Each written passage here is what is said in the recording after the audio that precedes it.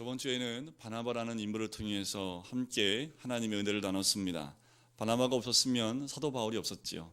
바나바가 없었으면 마가 요한도 없었을 만큼 바나바는 사람을 세웠던 사람이었습니다. 하지만 성경에 보면 바나바는 그렇게 많이 나오지 않아요.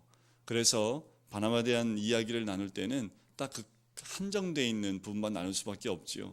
하지만 바나바가 성경에서 그리고 말씀 가운데서 있었던 사건들을 보면 바나바가 없으면 안 될 만큼 굉장히 중요한 역할을 감당을 합니다. 마찬가지로 하나님 나라를 세운 데에는 사도 바울과 같은 사람이 있지만 때로는 바나바와 같이 뒤에서 그 모든 일들을 조력하는 역할을 하는 사람이 분명히 있습니다. 오늘 함께 나눌 사람은 세례 요한입니다. 이 세례 요한 참 중요하죠. 그런데 세례 요한 하면 아마도 예수님이 오실 때 그 길을 예비했던 사람이라는 것으로 다들 알고 계실 겁니다. 세례 요한이 등장하기까지 참 오랜 시간이 걸렸습니다. 구약과 신약 사이를 중간기라고 얘기하는데요. 이 시간을 약 400년으로 봅니다. 세례 요한이 등장하면서부터 신약이 시작되기 때문에 엄밀히 말하면 예수님의 탄생부터가 신약이 시작이지요. 하지만 이 세례 요한의 탄생이 아마도 신약을 알리는 첫 포문이기도 합니다. 400년 동안 한 번도 하나님의 음성이 들리지 않았기 때문에 이 중간기를 암흑의 시대라고 이야기를 합니다. 하나님의 말씀이 전혀 들리지 않아요. 선지자를 통해서도 하나님의 음성이 들리지도 않았습니다. 하나님의 음성이 사람들에게 전파가 되지 않아요. 사람들은 하나님의 음성을 듣고 싶었지만 하나님의 음성이 들리지 않습니다. 소위 침묵기 가운데 이 침묵기를 깨고 하나님의 음성을 들려줬던 사람이 이 세례 요한이라는 사람입니다. 사복음서에 세례 요한이 다 등장을 해요. 그래서 오늘은 곳곳에 나와 있는 세례 요한의 이야기를 통해서 함께 말씀을 나누고자 합니다. 누가복음 3장 2절에 보면 이렇게 나옵니다. 안나스와 가야바가 대제사장으로 있을 때에 하나님의 말씀이 빈들에서 사가랴의 아들 요한에게 임한지라 라고 나오지요. 자, 세례 요한에게 뭐가 임했습니까? 하나님의 말씀이 임했다라는 표현이 나오지요. 이 임했다라는 말은 무슨 말씀이냐면 원어에 보면 머리 꼭대기부터 발끝까지 관통하고 지나갔다라는 의미입니다. 그러니까 하나님 말씀이 세례 요한의 정수를 통해서 발끝으로 관통해서 지나갔다라는 의미가 하나님 말씀이 사가랴의 아들 요한에게 임했다라는 말씀입니다. 4세기 만에 400년 만에 처음으로 말씀에 붙잡혀 있는 한 사람이 등장한 겁니다. 300년 동안 얼마나 기도했을까요? 이스라엘 민족이 속국으로 400년을 살아가면서 얼마나 기도했을까요? 주의 음성을 듣기 위해서 얼마나 간구를 했을까요? 400년 후에 드디어 한 사람이 나오는데 그 한 사람을 통해서 예수 그리스도가 이 땅에 오는 그 길을 열게 됩니다. 기다림은 길었지만 등장은 짧게 등장을 합니다. 이 시기는 모세의 시대와 사무엘의 시대와 굉장히 비슷해요. 이스라엘 민족이 애굽에서 몇 년 동안 노예 생활합니까? 400년을 노예 생활하지요. 400년 동안 이스라엘 민족 전체가 울부짖기 시작합니다. 부르짖기 시작을 해요. 그때 하나님이 누구를 준비하십니까? 모세를 준비하시지요. 근데 어떻게 준비하십니까? 모세를 준비하기 위해서 아론의 지파의 두 남녀를 만나게 하시지요. 그리고 아론과 미리암을 낳게 하시고 그 다음에 모세를 낳게 하십니다. 모세가 하나님의 부르심을 받기까지 그 과정이 결코 쉽지 않았고 짧지 않았습니다. 아무튼 몇 년이 걸렸어요? 80년이라는 세월이 걸렸지요. 사무엘이 태어날 때는 더했습니다. 그때는 이렇게 표현이 나와요. 하나님 말씀이 희귀했더라라는 표현이 나옵니다. 그만큼 하나님의 음성이 들리지 않았다라는 거지요. 제사장들이 있었지만 제사장들이 하나님 말씀에 귀를 기울이지 않았기 때문에 하나님 말씀이 희귀했습니다. 하나님이 침묵하시던 그때 사무엘이 태어나면서 하나님은 하나님의 말문을 여시기 시작을 했다라는 거지요. 매번 시대 때마다 암흑기가 있었고 주의 음성이 들리지 않을 때가 있습니다. 그런데 중요한 건 뭐냐 하면 우리는 말씀을 덮어놓고 믿으면 안 됩니다. 말씀을 열어놓고 봐야지, 믿어야지. 말씀을 덮어놓고 믿으면 절대로 안 돼요. 무슨 말인지 이해 가시지요?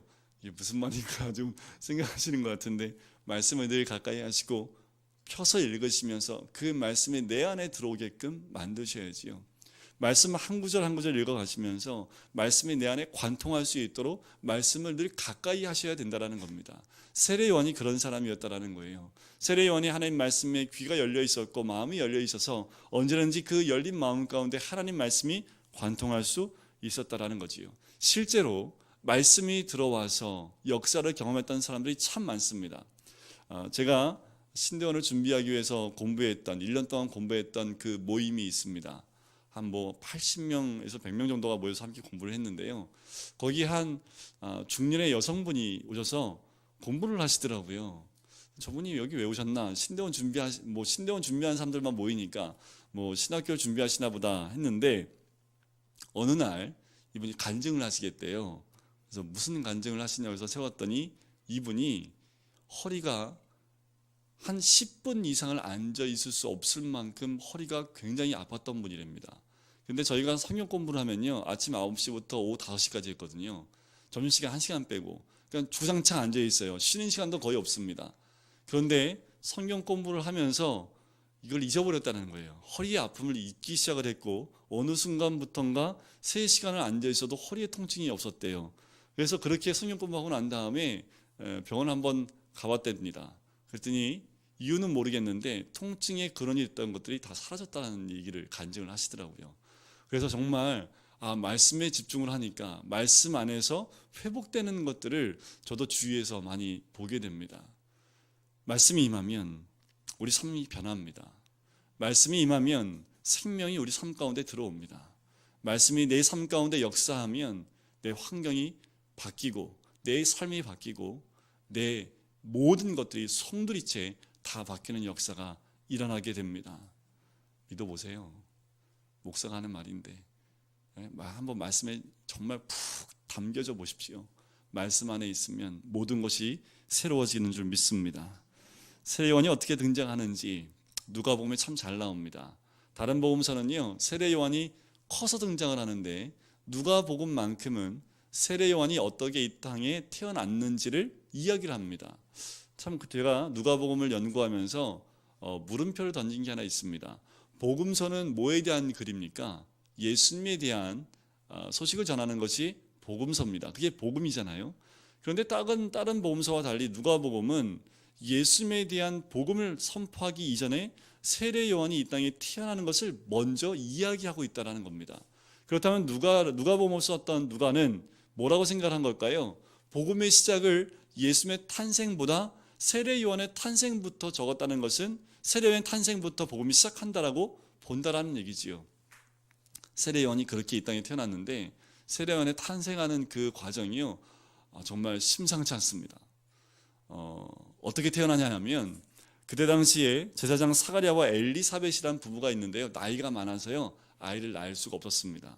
그런데 그때 어느 날 주의 사자가 이 사가랴에게 나타나서 엘리사벳이 아들을 낳을 것이다라고 예언을 해줘요. 근데 사가랴가 어땠습니까? 에이, 늙었는데요, 세상적인 방법으로 할 수 없다라는 것으로 사가랴에게 얘기를 해요. 그래서 천사가 어떻게 합니까? 그 일이 이루어질 때까지 네 입 다물라. 그래서 벙어리가 됩니다. 몇 개월 동안 벙어리가 되냐면 10개월 동안 벙어리가 돼요. 실제로. 그리고 이 사가랴가 입이 언제 열리냐 하면 서판을 가져다가 이 아들의 이름을 뭐라고 하면 좋겠냐, 친척들이 물어봤을 때 요한이라고 쓰는과 동시에 그 입이 쫙 열립니다. 사가랴는 믿지 않았기 때문에 그 입이 닫혔지요. 그 아이가 태어나서 자라는 그 과정을 누가복음 1장 80절 말씀에 보면 한 절로 이렇게 표현합니다. 아이가 자라며 심령이 강하여지며 이스라엘에게 나타난 날까지 빈들에 있으니라. 아이가 자라며 심령이 강하여지며 이스라엘에 나타난 날까지 빈들에 있으니라. 요 한 절 안에는 세례 요한의 3가지 성품이 다 녹아져 들어 있습니다. 뭐냐면 영성과 인성과 야성입니다. 자, 인성은 어떻게 들어왔을까요? 그 부모를 보면 알 수 있지요. 부모가 어떤 부모였냐 하면 아까도 말씀드렸지만 아주 나이 많아서 이 세례 요한, 아들 요한을 얻게 됩니다. 이 사가랴와 엘리사벳은 제사장 가문으로 굉장히 거룩한 삶을 살았던 사람입니다. 성경에 보면 이들에 대해서 뭐라고 평을 하냐면 하나님 앞에 의인이니 주의 모든 계명과 규례를 흠이 없이 행하더라라고 평가를 하고 있습니다. 그만큼 그의 부모는 말씀 가운데 살아갔던 제사장이었다는 거지요. 그리고 정말 순전하게 하나님을 섬겼던 사람들이라는 겁니다. 한마디로 말하면 믿음의 명문 가정이라는 거지요. 거기서 태어났으니 어땠을까요? 이 요한의 인성이 어땠을까요? 당연히 좋지요. 아버지가 말씀 가운데 계신 분인데, 그리고 그 어머니는 늘 말씀 가운데 모든 사람, 아니 하나님이 인정한 의인인데 그들의 인성이 어땠을까요?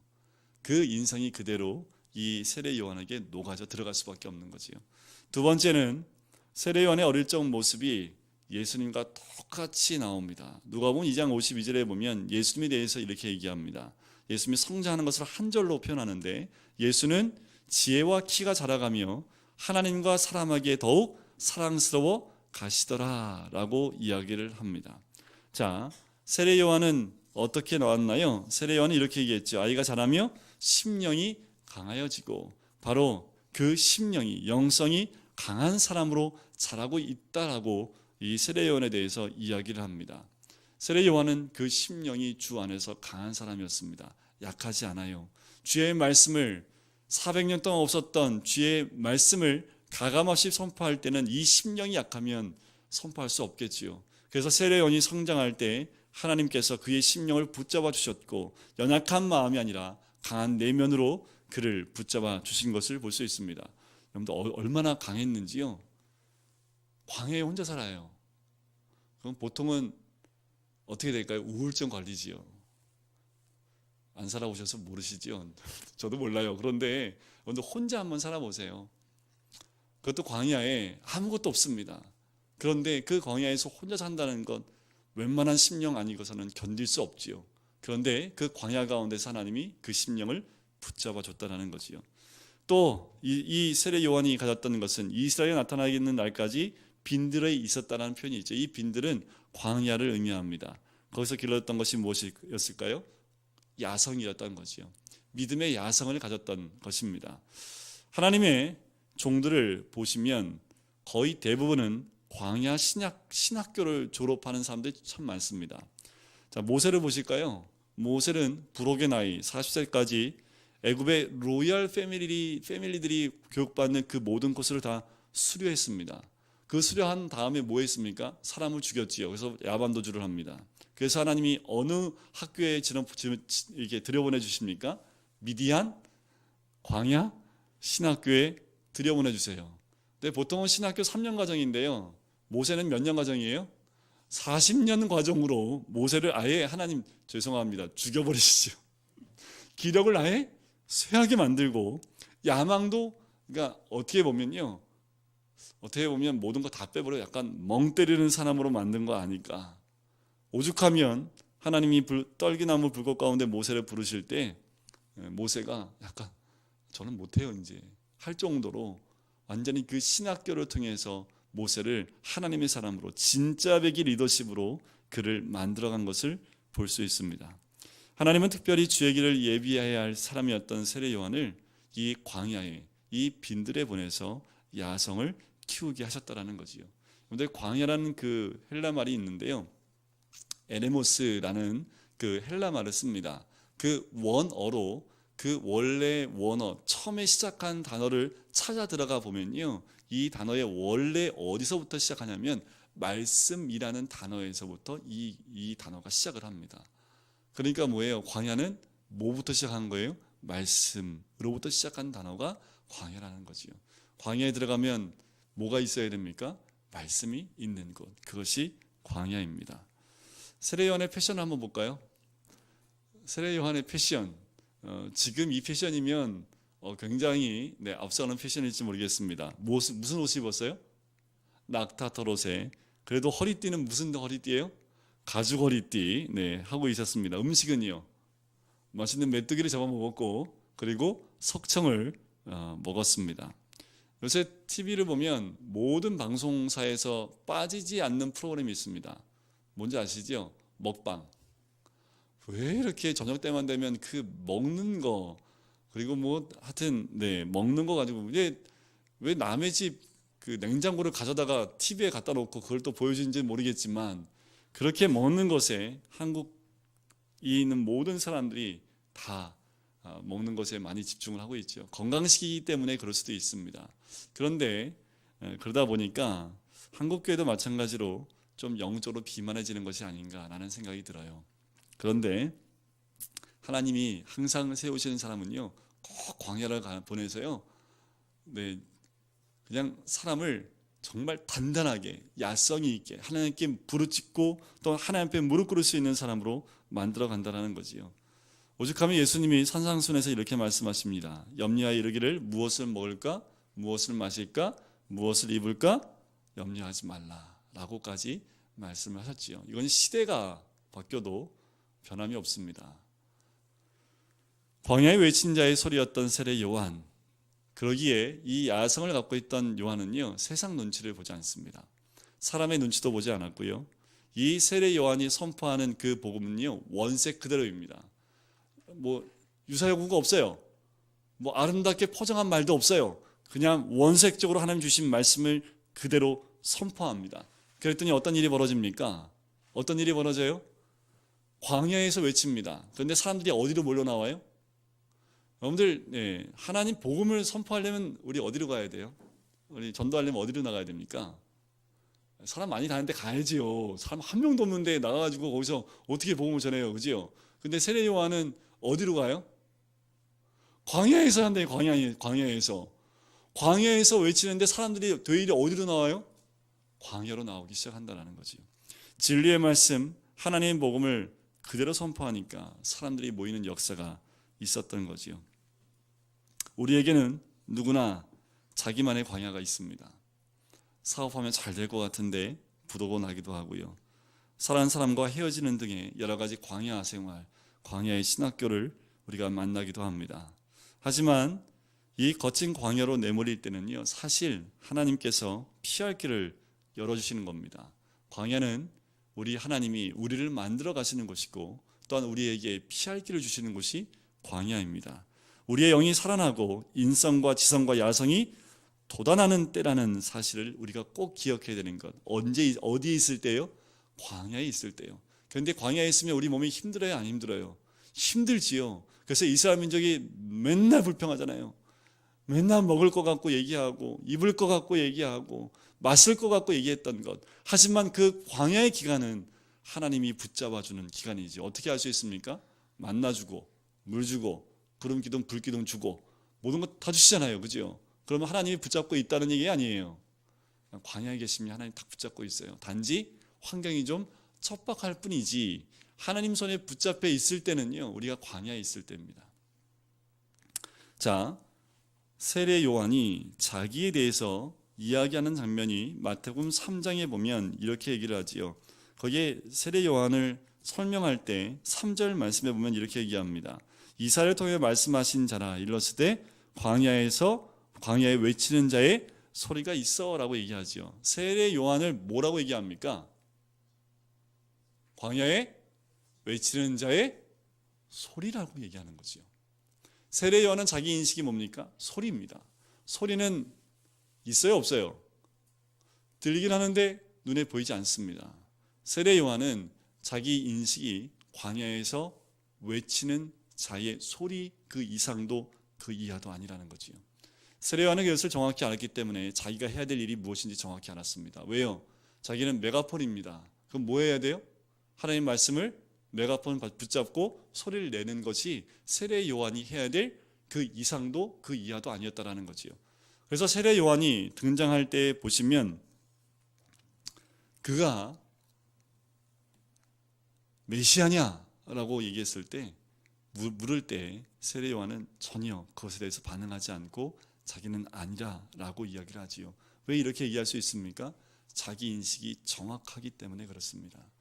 광야 같은 이 세상 가운데 우리를 보내실 때 우리가 이 땅에 하나님 보내신 이유와 또한 나의 소명과 내 정체성을 정확히 알면 우리는 교만할 수 없지요. 또한 하나님 뜻에서 벗어날 수도 없지요. 하나님 뜻 가운데 세워지는 것을 우리는 경험하게 됩니다. 광야에 외치는 자의 소리였던 이가 사람들에게 선포했던 것은 울림과 설렘이었습니다. 세례 요한은 그만큼 이스라엘 민족에 대한 뜨거운 열망이 있었습니다. 썩어져 가고 있고 죽어져 가고 어두워져 가고 공허하고 흑암 가운데 있는 그들을 향해서 세례 요한은 하나님의 음성을 가감없이 선포하기 원했던 거지요. 그래서 오늘 본문 말씀에 보면 3장 2절에 뭐라고 외칩니까? 회개하라, 천국이 가까이 왔다라는 거지요. 오실 메시아를 준비하면서 이 세례 요한이 외쳤던 것은 가감없이 외칩니다. 회개하라는 거지요. 여러분들 강대상에서 빠진 설교, 빠진 메시지가 뭔지 아십니까? 여러분들 저도 잘 못해요. 뭘까요? 회개하세요. 여러분들 인터넷으로 한번 들어가서 이 시대에 흐르고 있는 말씀들 다 들어보십시오. 회개하라고, 그 죄에서 돌이키라고 외치는 분 많지 않습니다. 그만큼 회개를 하라고, 죄에서 돌이키라고 설교하는 것 절대로 쉽지 않습니다. 근데 이 세례 요한은요, 첫 마디가 회개하라는 거지요. 첫 마디가 천국이 가까이 왔으니 회개하고 죄를 뉘우치고 돌이켜라 라고 이야기를 하는 겁니다. 그런데요, 이렇게 외쳤더니 사람이 세례 요한을 향해서 손가락질하는 것이 아니라 거꾸로 어떻게 해요? 몰려오기 시작을 합니다. 그리고 자기의 죄를 토해내고 세례를 받기 시작을 한다라는 거지요. 세례 요한은 이렇게 주님의 오실 길을 예비하고 준비하고 있다는 겁니다. 회개하면 회복이 되고요, 항복하면 행복하고요, 내려놓으면 자유롭고요, 지는 것이 이기는 겁니다. 우리의 삶 가운데 이 세례 요한처럼 하나님의 음성이라면 세상의 눈치가 아니라 회개할 것을 온전히 선포하는 우리가 되었으면 좋겠습니다. 우리 분명히 주변에 이 회개하라 천국이 가까이 왔느니라는 말을 들어야 될 사람이 분명히 있습니다. 여러분들 마음 가운데 그 사람이 떠오르면 그냥 전하시면 돼요. 제가 어저께 한 분을 만났는데 그분이 이런 마음을 갖고 계시다고, 길 가는데 왠지 저분에게 복음을 전하고 싶더래요. 그래서 쫓아갔대요.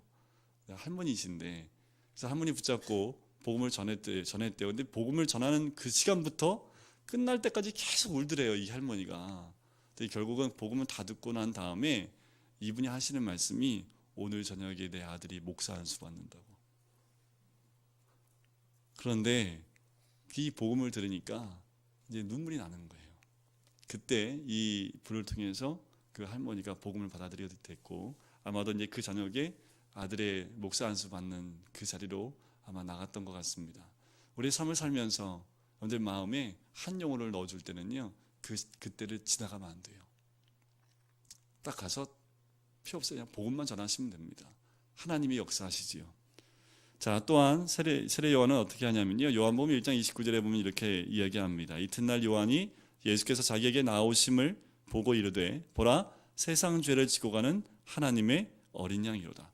자, 이게 두 번째 세례 요한이 이 예수님을 소개하는 장면인데요, 보라, 세상 죄를 지고 가는 하나님의 어린 양이로다 하면서 예수님을 세상에 공포하며 소개하는 모습이 등장을 합니다. 세례 요한이 했던 역할은요, 구약의 메시아 예언을 신약에 출현시키는 다리 역할을 했던 사람이 세례 요한입니다.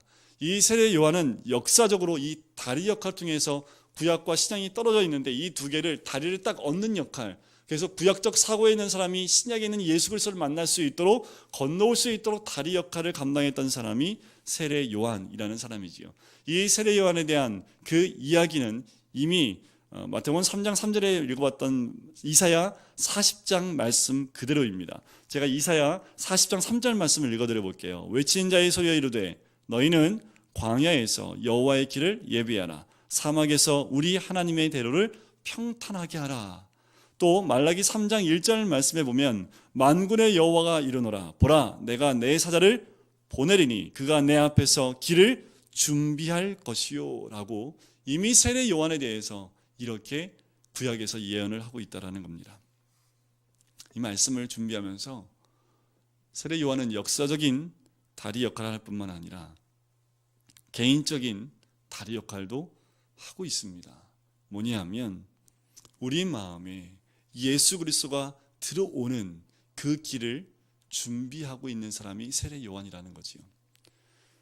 마태복음 3장 3절에 나와 있는 그 말씀은 조금 약간 이사야 40장 3절 말씀과 좀 다르지만 주의 길을 준비하는 자, 그가 오실 길을 곧게 하는 자가 세례 요한이라는 거지요. 이 말씀을 볼 때마다 내 마음의 길을 곧게 해서 내 안에 예수 그리스도가 들어오게끔 세례 요한의 역할을 했던 분이 제 삶 가운데 있습니다. 오늘 우리 삶 가운데 모태신앙이든 아니면 나중에 믿으셨던 모든 사람에게는 이 세례 요한의 역할을 했던 사람이 분명히 있어요. 내 마음에 예수님이 들어올 수 있도록 길을 준비했던 그 사람, 예수님을 만날 수 있도록 그 길을 준비하고 첩경을 평탄케 했던 그 한 사람이 있다라는 거지요. 제 삶 가운데에는 제가 중학교, 고등학교 때 만났던 전도사님이 그 역할을 해주셨거든요. 여러분들 삶 가운데 분명히 예수 그리스도를 인격적으로 만나는데 그 역할을, 세례 요한과 같은 역할을 하는 사람이 분명히 있다는 거지요. 더불어 또한 우리는 누구와 같은 역할을 해야 됩니까? 세례 요한과 같은 역할을 해야 되지요. 그래서 예수를 만날 수 있는 길을 항상 열어놓으셔야 됩니다. 어떤 사람의 마음의 문이 열려서 그의 길이 준비되어서 예수 그리스도를 만날 수 있도록 그 길을 준비하는 세례 요한의 역할, 때로는 우리 가정에 복음의 문이 열릴 수 있도록 예수님이 걸어 들어올 수 있도록 그 문을, 또한 그 길을 준비하는 역할을 우리가 세례 요한처럼 해야 되는 것이지요. 성경에서 세례 요한은 엘리야로 종종 비교가 되기도 합니다. 마태복음 3장 13절부터 16절 말씀에 보면 이제 예수님의 공생애가 시작되는 그 시점에서 예수님께 세례를 베풀었던 사람이 이 세례 요한입니다. 거기에 보면 이렇게 나와요. 마태복음 3장 14절에 보면 세례 요한이 예수님이 오시는 모습을 보고 이렇게 얘기합니다. 내가 당신에게서 세례를 받아야 할 터인데 당신이 내게로 오시나이까. 그때 예수님이 이렇게 말씀하시죠. 이제 허락하라. 우리가 이와 같이 하여 모든 의를 이루는 것이 합당하다라고 이야기하십니다. 예수님의 공생의 시작은 세례 요한의 세례를 통해서 시작을 합니다. 세례 요한은 그 역할을 해요. 예수님이 이 땅 가운데서 복음의 사역을 시작하는 그 시작점 가운데서, 출발선 가운데서 출발할 수 있도록, 그 시작을 할 수 있도록 길을 열어뒀던 사람이 세례 요한이지요. 그래서 이렇게 생각을 해봤어요. 그랬더니 이런 영상이 떠오르더라고요. 예수님이 달리기에 출발선에 딱 앉아 계십니다. 이제 출발하려고. 근데 옆에서 출발하려면 뭐 하는 사람이 있어야 돼요? 네, 총 들고 빵 하는 사람이 있죠. 이 소식과 함께 뛰어나가잖아요. 세례 요한이 이런 역할이 아니었을까라는 생각이 들어요. 세례 요한이 예수님의 공생의 사역이 시작되는 그때에 옆에서 이제 시작하세요 하고 팡 하면서 예수님의 출발을 도왔던 사람, 그 사람이 세례 요한이라는 사람이지요. 세례 요한은 그렇게 예수님이 시작과 동시에 그 세례와 동시에 하늘에서 하나님 아버지의 음성이 들리고 성령이 비둘기같이 임하는 모습을 함께 경험하게 됩니다. 세례 요한의 사역의 특징에 가장 중요한 것은요, 돕는 자의 역할을 했다라는 겁니다. 요한복음 1장 20절과 21절의 그 내용에 보면 아까도 말씀드렸지만 사람들이 와서 물어봐요. 당신이 메시아냐? 그랬더니 세례 요한이 나는 아무것도 아닙니다 라는 말을 반복해서 이야기를 합니다. 하나님이 모세를 부르실 때도 모세가 뭐라고 얘기합니까? 에이, 저는 그거 못합니다. 제가 누구기에 바로 앞에 가서 이스라엘 자손을 위해서 애굽에서 인도해야 되겠습니까? 라고 이야기를 하지요. 기도원을 부를 때도 기도원도 이렇게 얘기합니다. 나는 내 아버지 집에서 가장 작은 자니이다 라고 얘기를 하지요. 베드로 한번 보실까요? 누가복음 5장에 보면 베드로가 예수 만났을 때 그때에도 베드로가 이렇게 고백합니다. 주여 나를 떠나소서 나는 죄인이로소이다. 주를 만나고 주의 사역을 감당했던 많은 사람들의 자기 인식 가운데 하나는 겸손이라는 그 단어가 그들 가운데 있습니다. 오죽하면 세례 요한이요, 예수님이 쭉 지나가시니까 두 제자한테 보라 하나님의 어린 양이로다, 두 제자를 보냅니다. 그 두 제자 가운데 한 명이 누구예요? 안드레입니다. 예수님의 12제자 가운데 한 명이었던 안드레, 시몬 베드로를 직접 예수님께 인도했던 그 안드레가 바로 세례 요한이 있었던 두 제자 가운데 한 명이었다는 거지요. 세례 요한은 자기 영광을 구하지 않은 사람이었습니다. 자기의 제자까지도 다 예수님께 드렸던, 자기는 외치는 자의 소리였기 때문에, 자기는 사라지는 사람이었기 때문에 자기의 모든 것을 다 드리기 원했던 사람이 세례 요한이라는 사람이지요. 세례 요한은 아무런 기적도 행하지 않았던 사람으로 등장해요. 요한복음 10장 4절에 보면 이런 얘기가 있습니다. 많은 사람이 왔다가 말하되 요한은 아무 표적도 행하지 아니하였으나 요한이 이 사람을 가리켜 말한 것은 다 참이라. 세례 요한은요, 질병을 고쳐준 적이 한 번도 없습니다. 세례 요한이 했던 건 뭐예요? 오로지 예수님이 이 땅에 오시는 길을 준비했던 사람이 세례 요한입니다. 세례 요한은 자기를 내세우는 법이 결코 없어요. 그래서 요한복음 3장에 보면요, 많은 사람들이 예수님이 세례하는 그곳으로 몰려가니까 세례 요한의 제자들이 와서 얘기를 합니다. 선생님이 소개한 저분한테 많은 자들이 가고 저희한테는 안 와요. 그랬더니 세례 요한이 이렇게 얘기합니다. 그는 흥하여야 하겠고 나는 쇠하여야 하리라. 끝까지 세례 요한은 나는 아니라, 나는 사라질 존재이지만 그는 더 높이 들려야 될 분이다. 세례 요한은 그런 자신의 모습을 통해서 기쁨이 충만했던 사람입니다.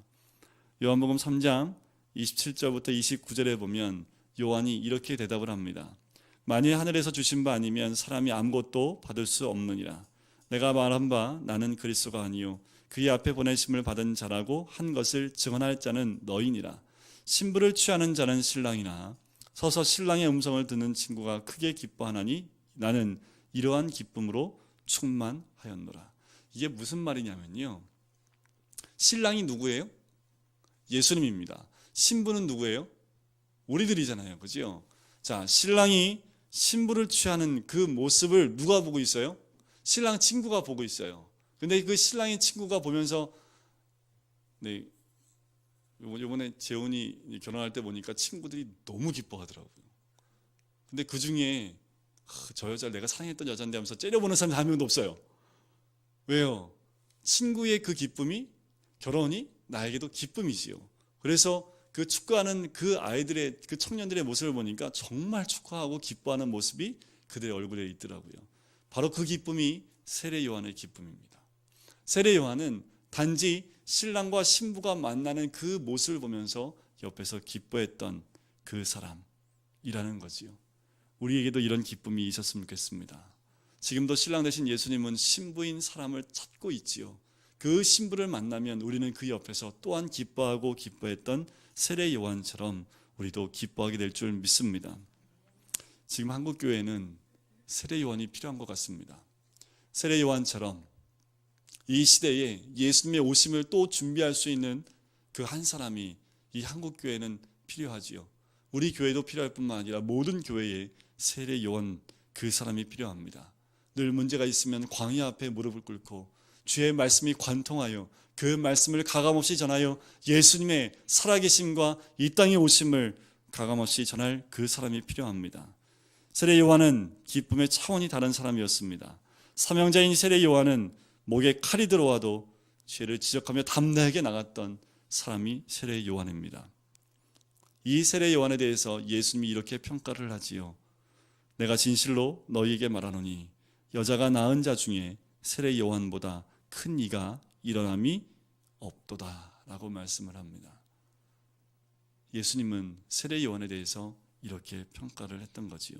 바로 돕는 배필의 역할을 했던 사람이 이 세례 요한이라는 사람입니다. 돕는 배필은 아담을 재우고 하와를 만들었을 때 그때 하와에게 붙었던 이름이 돕는 배필이라는 거지요. 에제르라는 히브리 말을 씁니다. 근데 성경 전체를 보면 이 에제르라는 그 히브리 말은 사람에게 쓰였던 때는 하와 딱 한 번밖에 없고요. 이 단어는 다 하나님께만 쓰였던 단어입니다. 예를 들면 시편 121편 말씀에 보면 나의 도움이 어디서 올까? 나의 도움은 천지를 지으신 여호와에게서로다 라는 그 도움이라는 돕는 배필에 나오는 그 에제르라는 단어가 하나님께만 적용되는 단어라는 거지요. 여러분, 돕는 사람, 주의 일을 돕는 그 사람, 또한 한 사람 한 사람을 예수 그리스도를 만날 수 있도록 돕는 역할을 하는 사람, 그 사람은 곧 하나님이 하시는 역할을 감당하는 사람인 줄 믿습니다. 우리도 세례 요한처럼 단순하면서도 강력한 삶, 작지만 영향력 있는 삶을 살아갈 수 있기를 주의 이름으로 간절히 축원드립니다. 우리의 삶을 통해서 주님은 지금도 세례 요한과 같은 사람을 세우기 원하시고, 또한 말씀으로 충만해서 주의 복음을 전하는 그 한 사람을 세우기를 원하시는 줄 믿습니다. 우리 이 시간 같이 기도하실까요?